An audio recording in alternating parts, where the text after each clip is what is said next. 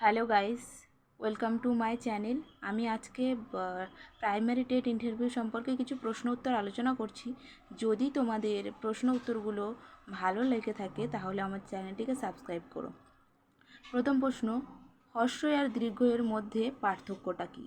ইংরাজি শব্দ ঈগল বাংলায় এসেছে। এর মধ্যে প্রথম স্বর এ লম্বা উচ্চারণ, তাই বাংলায় লিখতে হয় ঈগল। যদি ঈগল লেখা হয় তাহলে উচ্চারণ ছোট হয়ে যাবে, যেটা ভুল। তারপরে যে প্রশ্নটা আছে, হ্রস্ব থেকে উট ও দীর্ঘ থেকে উষা। উট শব্দে ছোট স্বর লাগে আর উষা শব্দে বড় স্বর লাগে। এই কারণে বানান আলাদা অক্ষর ব্যবহার করা হয়। আচ্ছা, তারপরের প্রশ্ন দেখো এখানে, যে সাদা জামা কেন বাচ্চারা তো খেলাধুলো করে নোংরা করে, তাহলে সাদা জামা কেন স্কুলে পরানো হবে? যদি প্রশ্নটা এরকম আসে তাহলে কী করে প্রশ্নের উত্তরটা এরকমভাবে দিতে পারো তোমরা। সেটা হলো, হ্যাঁ স্যার, বাচ্চারা খেলাধুলো করলে জামা কাপড় নোংরা হয়, কিন্তু এটারও ভালো দিক আছে একটা। সাদা জামা পরলে পরিষ্কার পরিচ্ছন্নতা ও স্বাস্থ্যবিধির গুরুত্ব শিখবে বাচ্চারা।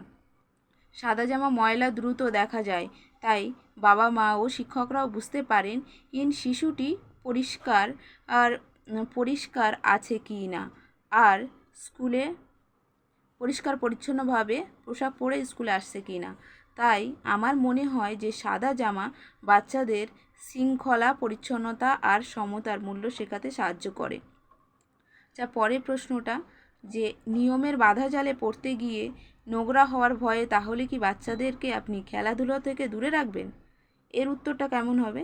শিশুরা খেলবে, দৌড়াবে, মাটিতে গড়াগড়ি দেবে, এটাই তো তাদের বেড়ে ওঠার আসল ছবি।